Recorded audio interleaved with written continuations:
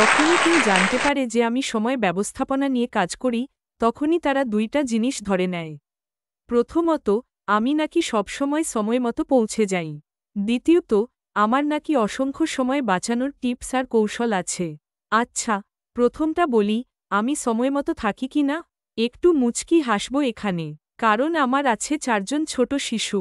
তাদের কারণে কখনো কখনো সময়মতো পৌঁছাতে পারি না, এটা ঠিক। কিন্তু মজার ব্যাপার হল, সব সময় যে ওদের দোষ, তা নয়। একবার আমি সময় ব্যবস্থাপনা নিয়ে নিজেই একটা সেমিনারে বক্তৃতা দিতে যাচ্ছিলাম। ভাবুন তো, সময় নিয়ে কথা বলার জন্যই আমাকে ডাকা হয়েছিল। আর আমি নিজেই দেরি করলাম। হ্যাঁ, আপনি ঠিক শুনেছেন। আমাকে দেখে হঠাৎ আয়নার সামনে দাঁড়াতে হয় আর বলতে হয়, ভদ্রমহিলা, আপনি যে বিষয়ে কথা বলবেন সেটা তো নিজেই মেনে চলেন না। সেদিন আমরা সবাই মিলে মঞ্চেই উপভোগ করেছিলাম সময়ের এই পরিহাস। আর দ্বিতীয়টি, অনেকেই ভাবেন আমার ঝুলিতে আছে অসংখ্য কৌশল, কিভাবে 1 মিনিটও নষ্ট না করে পুরো দিনটাকে কাজে লাগানো যায়। ম্যাগাজিন থেকে ফোন আসে, রাত জেগে লেখা পাঠাতে হবে, লরা। বলুন তো, দিনে কিভাবে অতিরিক্ত 1 ঘন্টা বের করব? ভাবুন তো, 1 ঘন্টা। যেন সেটা আলমারির কোন এক কোণে পড়ে আছে। তারা চায় ছোট ছোট কিছু টিপস, যেমন কিভাবে লিফট না নিয়ে সিঁড়ি ব্যবহার করা যায়, অথবা কফি বানানোর সময়টুকু কিভাবে কাজে লাগানো যায়। তারপর সেই ছোট ছোট সময়গুলো যোগ করে যেন একটা আস্ত জীবন দাঁড় করানো যায়। কিন্তু বন্ধুরা, এই ধারণাটাই আমি প্রশ্নবিদ্ধ করি। হ্যাঁ, সময় বাঁচানো জরুরি, কিন্তু সময় বাঁচানো আর সময়কে অর্থবহ করা এক জিনিস নয়। আমি জানি, আপনারা এমন কৌশল শুনেছেন। সবসময় ডানদিকে মোড় নিন, এতে সময় বাঁচবে। মাইক্রোওয়েভে যদি লেখা থাকে 3-3.5 মিনিট, আপনি 2.5 মিনিটেই গরম করুন। আর আমার প্রিয়, টিভি শো রেকর্ড করে বিজ্ঞাপন স্কিপ করে দেখুন। এইভাবে আধা ঘন্টার শোতে আপনি 8 মিনিট বাঁচাবেন। 2 ঘন্টা দেখলে 32 মিনিট। এই সময় আপনি এক্সারসাইজ করতে পারেন। দর্শকদের হাসির জন্য বিরতি, আরও ভালো টিভি দেখাই বন্ধ করে দিন। ব্যাস 32 নয়, 120 মিনিটই পেয়ে গেলেন। কিন্তু সমস্যা কোথায় জানেন? আমরা এমনভাবে সময় বাঁচাতে চাই যেন সেটি ছোট ছোট জমানো কয়েনের মতো, শেষে সব মিলিয়ে একটা মহামূল্যবান সময় পাওয়া যাবে। কিন্তু বাস্তবে সফল মানুষগুলো সময়কে যেভাবে দেখেন, তাদের সময়লগ যেভাবে বলছে, তা সম্পূর্ণ ভিন্ন গল্প বলে। তারা সময় বাঁচিয়ে জীবন গড়ে না, তারা জীবন গড়ে, আর সময় যেন নিজের জায়গা খুঁজে নেয় সেই জীবনের ভিতর। আমি কিছুদিন আগে একটা গবেষণা করেছি, একদল মহিলাকে নিয়ে, যারা এতটাই ব্যস্ত যে প্রতিদিন যেন যুদ্ধ করে বেঁচে থাকেন। তাদের কেউ কর্পোরেট দুনিয়ার শীর্ষ পদে, কেউ নিজের ব্যবসার মালিক, কারো ঘরে ছোট বাচ্চা, কারো আবার বাবা মায়ের দায়িত্বও কাঁধে। আমি তাদের অনুরোধ করেছিলাম, 1 সপ্তাহের জন্য প্রতিদিন তারা কী করছেন, তা রেকর্ড রাখতে। আমি দেখতে চেয়েছিলাম, তারা কাজ করেন কতটা, ঘুমান কতটা, এবং কিভাবে তাদের সময় ব্যয় হয়। এই সময়লগগুলোতে হঠাৎ একদিন একটি নারীর ডায়েরিতে চোখ আটকে গেল। একটা বুধবার রাত, তিনি বাইরে ছিলেন।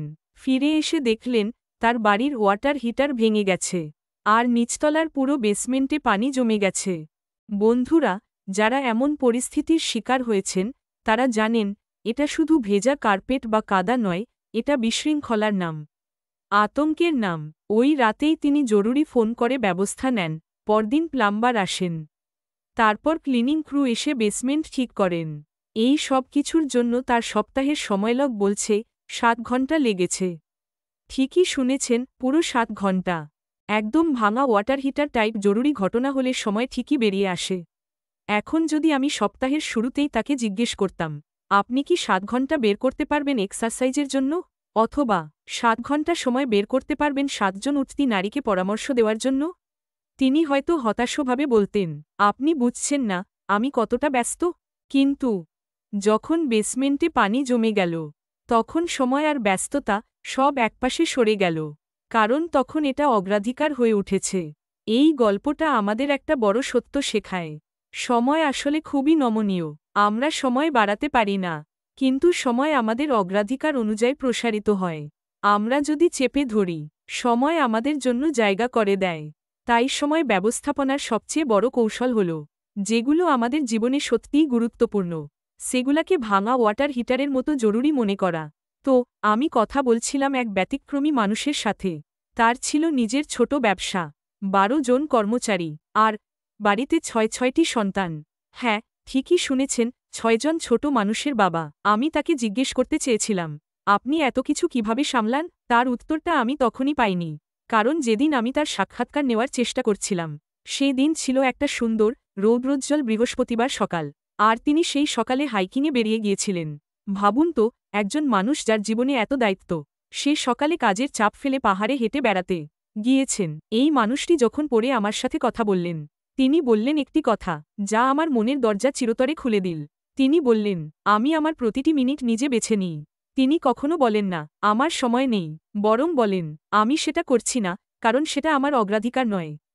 আমি হয়তো প্রতিদিনই বলি, সময় নেই, ব্যস্ত আছি, সময় পেলে করতাম। কিন্তু বাস্তবে যা সত্যিই জরুরি তা আমরা করেই ফেলি। সময় নিজে জায়গা করে দেয়। একটা মজার উদাহরণ দেই, আমি নিজেও অনেক সময় বলি, জানালার পর্দা ঝাড়ার সময় নেই। কিন্তু কেউ যদি বলে, এটা করলে 1 লাখ টাকা পাবেন, তাহলে আমি তো পর্দা শুধু ঝাড়বি না, ধুয়ে, শুকিয়ে, আয়রন করে দিয়ে আসব। হাসি। তাহলে সমস্যাটা সময়ের নয়, সমস্যাটা আমাদের অগ্রাধিকারবোধের। এই ভাষা বদলানো, এই চিন্তা বদলানো আমাদের জীবনে অবিশ্বাস্য রূপান্তর নিয়ে আসতে পারে। যদি আমরা বলতে পারি, আমি এটা করছি না কারণ এটা আমার অগ্রাধিকার নয়, তাহলে সেটা আমাদের হৃদয়ের আয়নায় সত্যটাকে স্পষ্ট করে। কখনো কখনো সেটা গর্বের বিষয় হবে।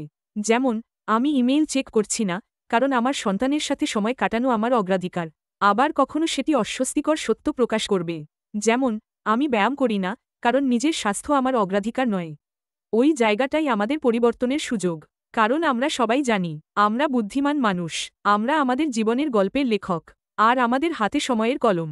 আমরা এখন জানি, সময়ের সমস্যা নয়, সমস্যা অগ্রাধিকার বাছাইয়ের। তাহলে প্রশ্ন হল, কিভাবে আমরা আমাদের অগ্রাধিকারগুলো নির্ধারণ করব, আর কিভাবে সেগুলাকে ভাঙা ওয়াটার হিটারের মতো জরুরি মনে করব? আমি আপনাকে 2টি শক্তিশালী কৌশল দিতে চাই যা আপনার জীবনের গতিপথ বদলে দিতে পারে। কৌশল 1, নিজের ভবিষ্যতের পারফরমেন্স রিভিউ এখনই লিখে ফেলুন। অনেকেই বছরের শেষে পারফরমেন্স রিভিউ দেন বা নেন। সেখানে লেখা থাকে, এই বছর কি অর্জন করলেন, কি শিখলেন, কি উন্নতি করলেন। কিন্তু আমি বলি, আপনি আগেভাগেই সেই রিভিউ লিখে ফেলুন। ভাবুন, এখন 2026 সালের ডিসেম্বর। আপনি নিজেকে লিখছেন, এই বছরটি ছিল আমার জীবনের শ্রেষ্ঠ বছর, এবং এরপর লিখছেন, কারণ আমি একটি নতুন কোর্স শেষ করেছি, প্রথমবারের মতো পরিবারকে সময় দিয়েছি, নিজের ছোট ব্যবসা শুরু করেছি, নিজের শরীরের যত্ন নিয়েছি, বা মনে রাখার মতো কোনো প্রজেক্ট শেষ করেছি। এই তালিকাটি ভাবনায় আনলেই আপনার আসল অগ্রাধিকারগুলো উন্মোচিত হয়ে যাবে। কৌশল 2, নিজের জীবনের ছুটির চিঠি লিখুন। আমরা অনেকেই বছরের শেষে ছুটির চিঠি পাই, যেখানে বন্ধু বা আত্মীয়রা তাদের বছর জুড়ে ঘটে যাওয়া ভালো ঘটনা লেখে। এবার আপনি নিজেই নিজের ছুটির চিঠি লিখুন, কিন্তু আগামী বছরের জন্য। লিখুন, 2026 সাল ছিল আমাদের পরিবারের জন্য অসাধারণ। আমি আমার ছোট ভাইকে নিয়ে একটা ট্যুরে গিয়েছিলাম। আমার মেয়ে প্রথম আবৃত্তির প্রতিযোগিতায় প্রথম হয়েছে।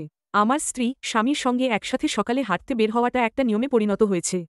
এই লেখার সময় আপনার চোখ ভিজে যাবে, কারণ আপনি নিজের ভবিষ্যতের কাঙ্ক্ষিত জীবনকে কল্পনায় অনুভব করতে পারবেন। এরপর কি করবেন? এখন এই 2টা চিঠি থেকে বেছে নিন 6 থেকে 10টি লক্ষ্য। তারপর সেগুলাকে ভেঙে ফেলুন ছোট ছোট পদক্ষেপে। যেমন, পরিবারের ইতিহাস লিখতে চান, শুরু করুন অন্যদের লেখা পড়া থেকে, প্রশ্ন তৈরি করুন, দাদি নানিকে ইন্টারভিউ করুন। 5 কিলোমিটার দৌড়াতে চান, আগে একটা দৌড় প্রতিযোগিতা খুঁজুন, ট্রেনিং প্ল্যান বানান, ভালো একটা জুতো কিনুন। ইংরেজি শিখতে চান, প্রতিদিন 15 মিনিট পডকাস্ট শোনার রুটিন করুন, প্রথম সপ্তাহে 10টি নতুন শব্দ শিখুন। এই অগ্রাধিকারগুলোকে আপনার সময়সূচিতে আগেই ঢুকিয়ে দিন। সপ্তাহে 168 ঘণ্টা, 40 ঘণ্টা ফুল টাইম কাজ, 56 ঘণ্টা ঘুম, প্রতিদিন 8 ঘণ্টা, সমান বাকি থাকে 72 ঘণ্টা। আপনি যদি 50 ঘণ্টা কাজ করেন, তাহলেও 62 ঘণ্টা বাকি থাকে। সত্যি বলছি, সময় আছে, শুধু আমাদের অগ্রাধিকার দিতে জানতে হবে। আমরা যতই ব্যস্ত থাকি না কেন, আমরা যেটা সত্যিকারের গুরুত্বপূর্ণ মনে করি, তার জন্য সময় বের হয়ে আসে। সপ্তাহে আমাদের হাতে 168 ঘণ্টা থাকে, যা দিয়ে আমরা পূর্ণকালীন কাজ, পর্যাপ্ত ঘুম, এবং তবুও অগণিত মূল্যবান কাজ করতে পারি। তবে আমরা প্রায়ই একটা বড় ভুল করি, আমরা সময়ের বড় বড় ব্লকের পেছনে ছুটি, আর ফাঁকা ছোট মুহূর্তগুলোকে অপচয় করি। কিন্তু আসলে ছোট ছোট মুহূর্তগুলোই বড় পার্থক্য গড়ে তোলে। ভাবুন তো, আপনি বাসে বসে ফেসবুক স্ক্রল না করে একটা অনুপ্রেরণাদায়ক ভিডিও শুনলেন। দিনে মাত্র 15 মিনিট, 1 মাসে প্রায় 8 ঘণ্টা শেখা। অফিসের কফি ব্রেকে ফোনে গসিপ না করে একটি ইংরেজি নতুন শব্দ শিখলেন। 1 বছরে প্রায় 365 শব্দভাণ্ডার বাড়ল। সকালবেলা হালকা ঘুম ভাব কাটিয়ে সন্তানের পাশে বসে নাস্তা করলেন, তাকে বললেন, তোমাকে খুব ভালোবাসি। এই মুহূর্তগুলো কখনো ভুলে যাবে না সে। আপনি জানেন না, এই ছোট সময়গুলোই ভবিষ্যতের ভিত্তি। সময় আছে, চাইলে পথও আছে। একজন মানুষ যখন বলে, আমার সময় নেই, তখন আসলে সে বলছে, এটা আমার অগ্রাধিকার নয়। তাই আমাদের বলা উচিত, আমি সময় বের করব আমার স্বপ্নের জন্য, কারণ সময় খুঁজতে হয় না, গড়তে হয়। আপনি নিজের দিনটাকে কল্পনা করুন একটা খালি ক্যানভাস হিসেবে।